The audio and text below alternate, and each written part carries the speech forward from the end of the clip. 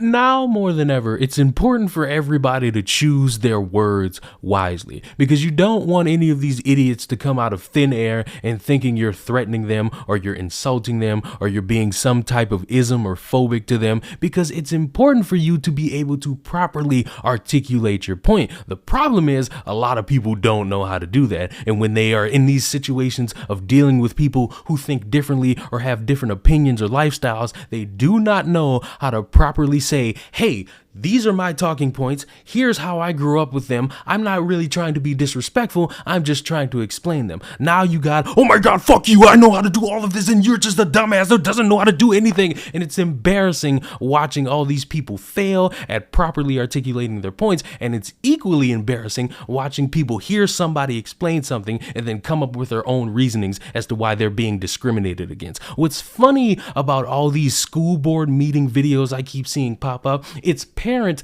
that either have legitimate concerns about what's going on in the schools or complete bullshit and they're just reading some weird thing from a book. If y'all can explain to me how the policy and procedures are for the administrators to handle the situation.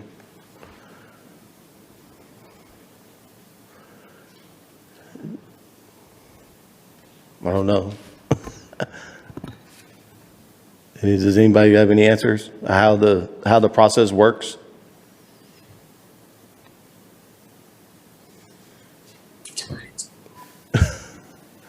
Mr. Dar, we typically don't go and have a back and forth here, but we're happy to take your comments by email or appointment and work with you on that. That I don't understand. So where do you find the rules and regulations at? Where do the administrators from the school find the rules and regulations of what they're supposed to, like they have policies and procedures? Mr. Dar, I can have someone work with you on that if you want to step over to the side and they can go over where you can find all that. So I want the public to know. That's why I come here, because I want the public to know. We won't be answering you, but you can certainly keep asking. Well, I mean, while you're standing. I want to know the school's definition of sexual assault, because my daughter was told that she's standing right there that if it's above the clothes, it's not sexual assault. And that's the way the county does the kids here. It's messed up. That's my daughter, and no one wants to do nothing about it. Suspend the boy for 1 day for improper touching, and I don't think that's right. So somebody needs to do something. Somebody needs to look in the matter and do something, because there's more kids out there that y'all not doing nothing and letting stuff slide under. And the only person who's hurting is the kids. And I don't think it's right. Somebody needs to look into the matter and do what y'all need to do, because it, and I like to have an investigation, because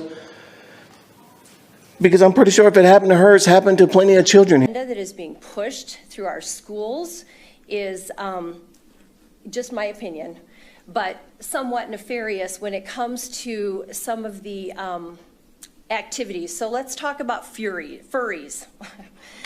It was addressed by a child a couple months ago that they are put in an environment where there are kids that identify as a furry, a cat or a dog, whatever. And so yesterday I heard that at least one of our schools in our town has in one of the unisex bathrooms, a litter box for the kids that identify as cats. And I am really disturbed by that. And I will do some more investigation on that. I know it's going on nationwide. I know it is. It's part of the agenda that's being pushed. I don't even want to understand it. But I think that people need to be aware of it, because I am really upset as a parent that my child is put in an environment like that. And you know, I'm all for creativity and imagination, but when someone lives in a fantasy world and expects other people to go along with it, I have a problem with that. So I'm just putting that out there. I will investigate more. And we could all laugh at it and we can all have conversations and have concerns about it. But what I find interesting, and more so it pertains to these mask mandates. And before I continue, I have to say this because I know YouTube's pestering me. I am not a doctor. Do not come to me for medical information. I do not have it, nor will I ever give it. I don't care what any of you do about this vaccine or conut nut. If you get it, cool. If you don't get it, cool. Don't care. You're your own people. Come to your own choices. If you're going to a store to buy things and you're wearing a mask, cool. If you're not, cool. I don't care. Just don't approach anybody and bitch at them about how they're doing something you're not, because no one cares about what you're doing. Buy your bananas and your tampons and your fake condoms and get the fuck out of the store. But back to the mask mandates. Schools are doing this thing where they're either letting the kids back in with no mask or with mask. And for the no mask people, they want no mask. And so when schools are saying, hey, the kids are coming back and the rule is they got to wear a mask, parents are like, hey, wait a minute. We don't want our kids wearing masks 24/7 in these schools all the time. We should have them breathing fresh air. It's all good, isn't it? How dare you do all this and blah, blah, blah. But there's one video that's an example of having a problem, having a disagreement with an entire school board, but not properly articulating the point. And first, I'm going to read what was said in an article format. My children will not come to school on Monday with a mask on. That's not happening. And I will bring every single gun loaded and ready. And now I'm going to show you what it took 40 seconds to find, which was video of this exact same thing being said. No mask mandates. My children will not come to school on Monday with a mask on. All right? That's not happening. And I will bring every single gun loaded and ready to, I will call every... That's 3 minutes. You've gone past your time. It's a policy. Thank you. I'll see y'all on Monday. You 36!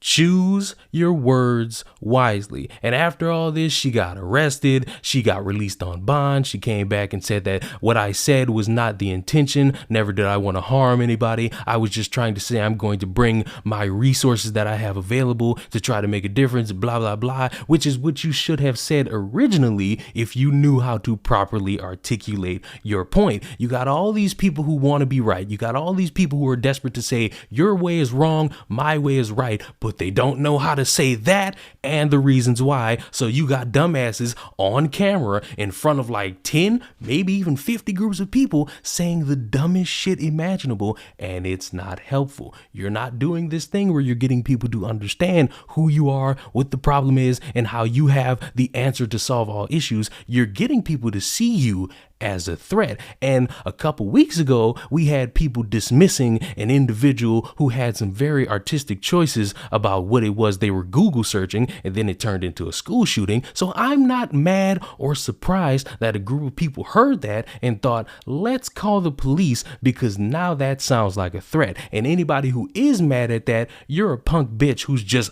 always not concerned about anything. So in the future, ladies and gentlemen, I know this wasn't supposed to be a class from the doctor, professor, philanthropist, gynecologist, etc., but just when you have these disagreements with people, you have these different opinions, you have these different outlooks, learn to just sit back and come up with your statement. It ain't gotta be like that. It ain't gotta be off the cuff. It ain't gotta be just the spur of the moment. You can wait, think about what you want to say, and then say it so you don't look like a dumbass in any capacity, right? We good? Now, to end this video, I got a grievance with every single one of you. Last time I made a video in this pink hat, you all threw accusations at me, the sexiest black YouTuber. You claimed that I was abusing my hat. I don't know how to take care of my hat. My hat should be taken away from me. I'm calling CPS on you for the damage you've done to that hat. And I just want to say to all of you, mind your business. You are not me. I guarantee you right now I could sell you my left elbow and my right testicle that there's a child or a pet sitting next to you and they are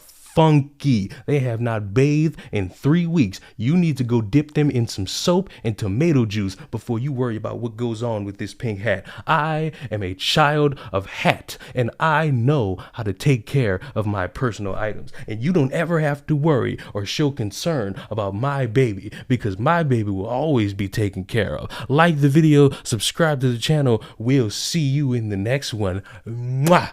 Bye.